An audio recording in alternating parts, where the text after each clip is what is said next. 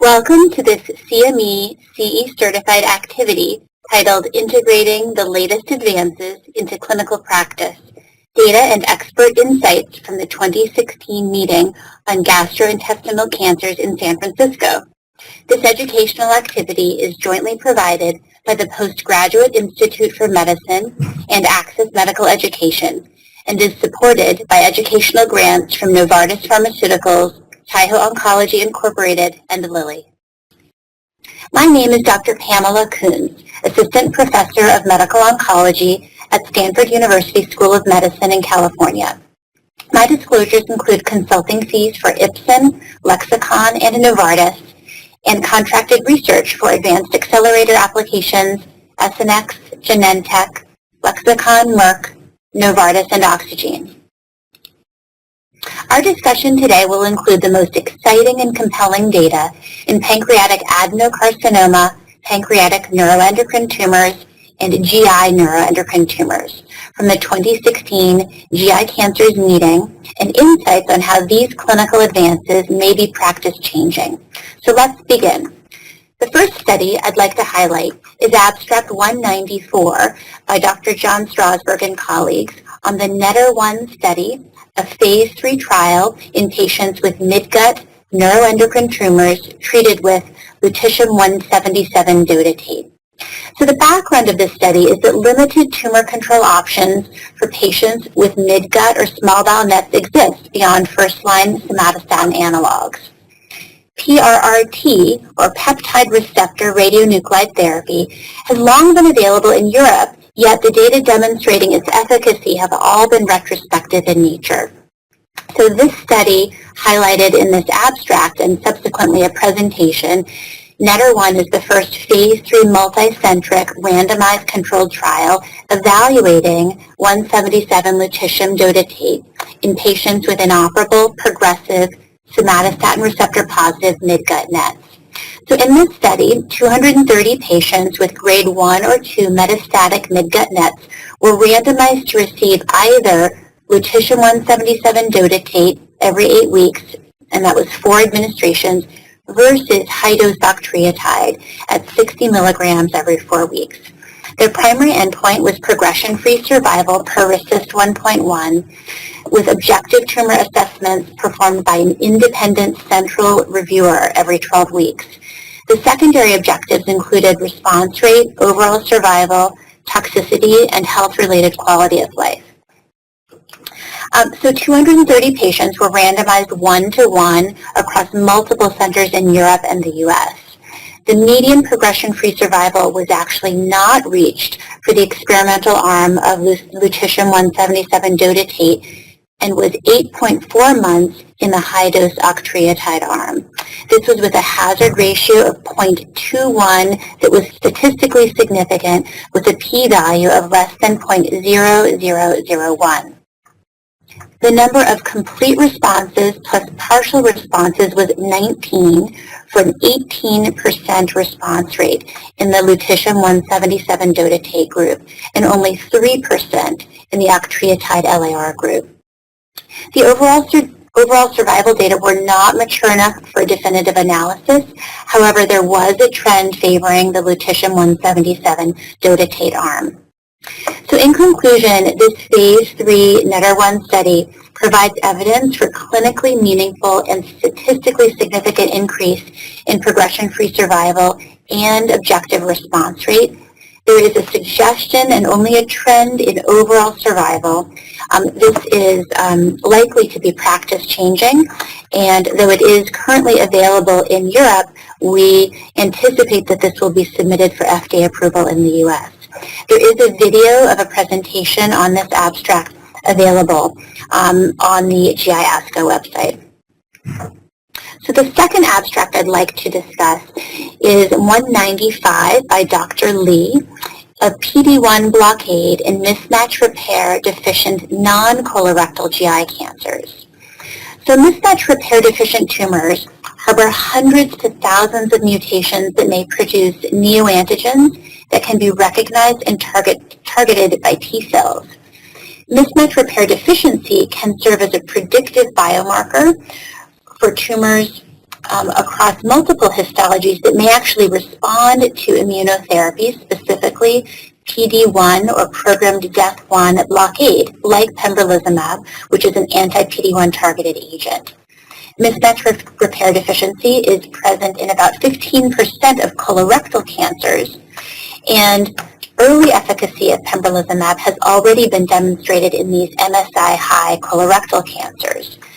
MMR deficiency is also detected in non-colorectal cancers in 2 to 20% of gastric, small bowel, and hepatobiliary cancers, and this study examines that population.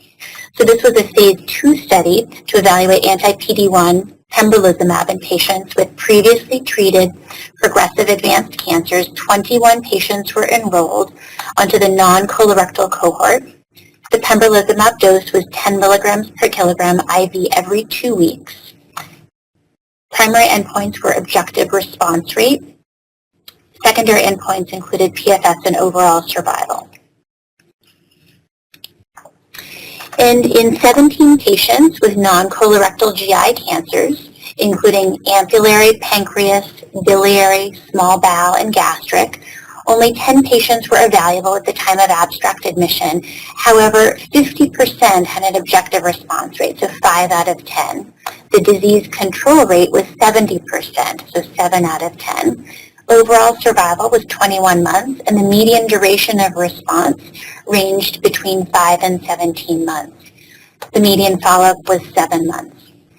So, though this study is very small and really still preliminary in its results, PD-1 blockade does show promising activity in mismatch repair non-colorectal GI cancers. This is really the first study to evaluate that population.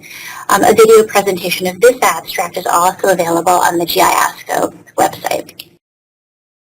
The third abstract I'd like to discuss is number 315 by Dr. Singh and colleagues, and this examines the efficacy and safety of everolimus in advanced progressive non-functional NETs of the GI tract and unknown primary. So it's actually a subgroup analysis of the phase 3 RADIANT-4 trial. So a series of RADIANT studies have been performed examining the efficacy of everolimus in NETs. I'll just remind you that the RADIANT-2 study was a phase 3 study of GI, pancreatic, and lung NETs. It was a negative study, and it was thought to be negative due to a fact called informative censoring, because both central review and local radiology review were performed. The central review was not performed in real time, and that thus introduced bias into the results. It was just barely negative in terms of its statistical significance. The RADIANT-3 study was also a phase 3 study only in pancreatic NETs.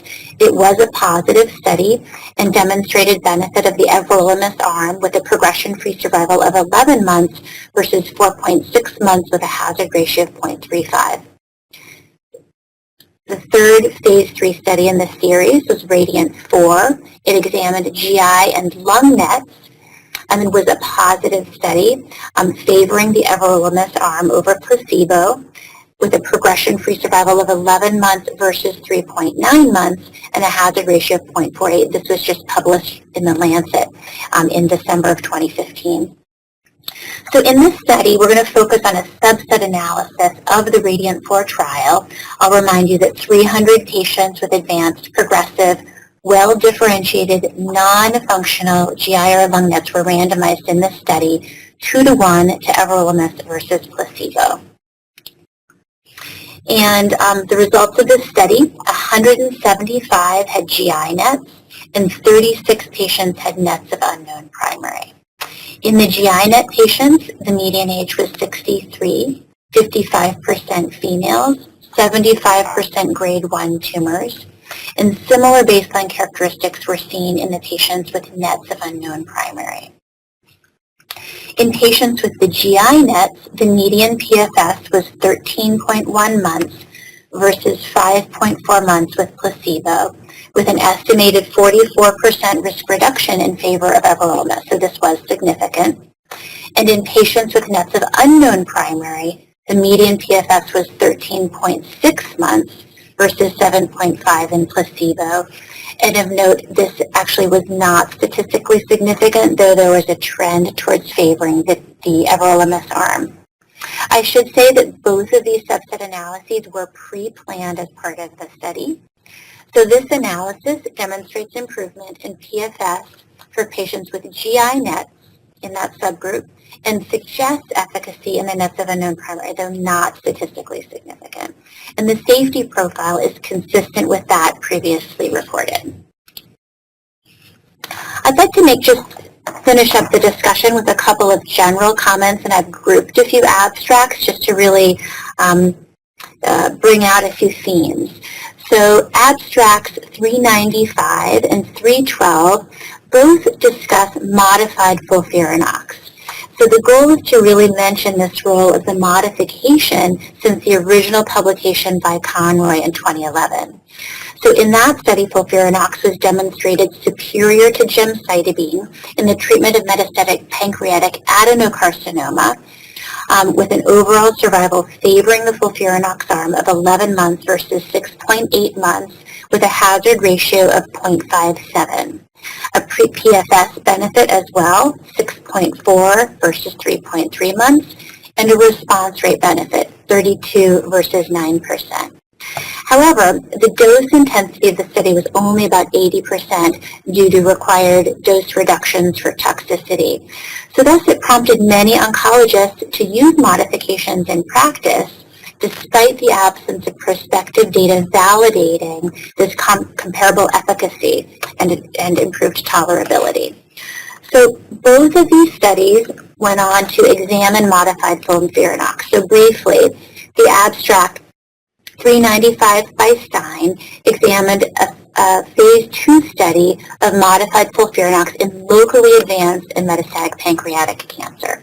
It was really the first prospective study using modified FOLFIRINOX in this group. Patients received irinotecan and bolus 5-FU at 25% dose reductions compared to the original published study. They also received pegfilgrastim as supportive therapy. A total of 75 patients were enrolled. The regimen was well tolerated. And in metastatic pancreatic cancer, the response rate was 35%, progression-free survival 6.1 months, and overall survival 10.2 months. And in locally advanced pancreatic cancer, the response rate was 17%, PFS 17.8 months, and overall survival 26 months. So in metastatic pancreatic cancer patients, the efficacy really appeared uncompromised. And in this first study of modified FOLFIRINOX in locally advanced pancreatic cancer, the PFS and overall survival are very encouraging. In the second partner study, abstract 312 by Marsh and colleagues, this was a perioperative modified FOLFIRINOX in resectable pancreatic cancer. In this study, phase 2 study, patients received 4 preoperative doses of FOLFIRINOX and 4 postoperative cycles of FOLFIRINOX. The only modification compared to the original published regimen was that the bolus 5-FU was omitted, and pegfilgrastim was also included in supportive care. 17 of 21 patients completed neoadjuvant FOLFIRINOX, and 14 of 21 completed all planned therapy. Radiographic responses were rare, but the R0 resection rate was quite high, 94%, so 16 of 17 patients in those undergoing resection. And the safety was as expected. So I think these are intended to be provocative. They're not definitive. They're not large studies, but I think starting to introduce this concept of modifying FOLFIRINOX in favor of a safer, less toxic regimen and really evaluating its efficacy. So lastly, I'd like to talk about another theme, a novel agent in pancreatic adenocarcinoma. So this is looking at a stem cell inhibitor, BBI-608, so in 2 studies.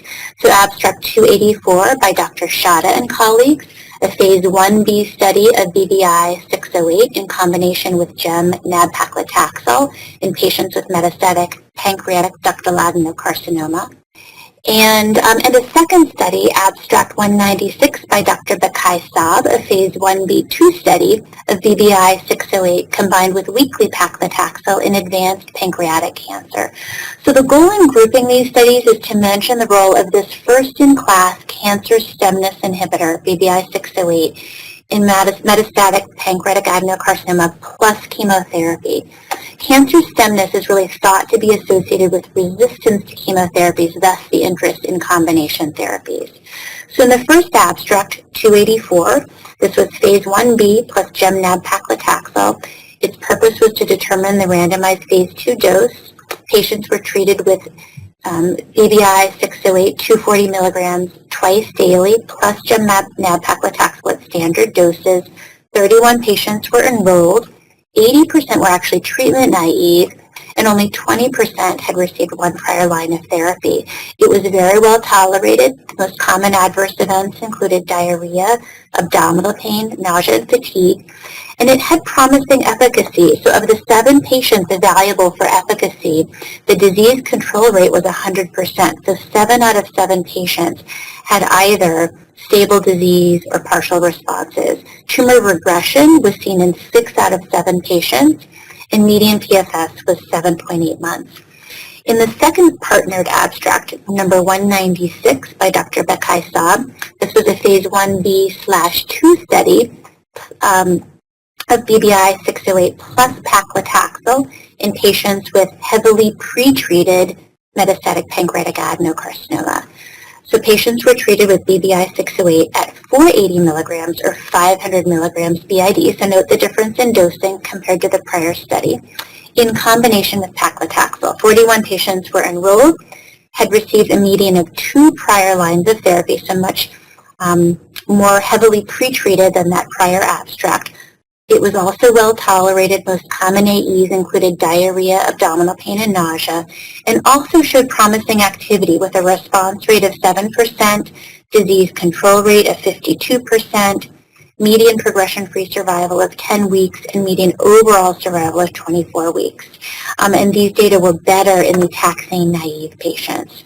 So we will conclude with that abstract. I will make just a few concluding remarks.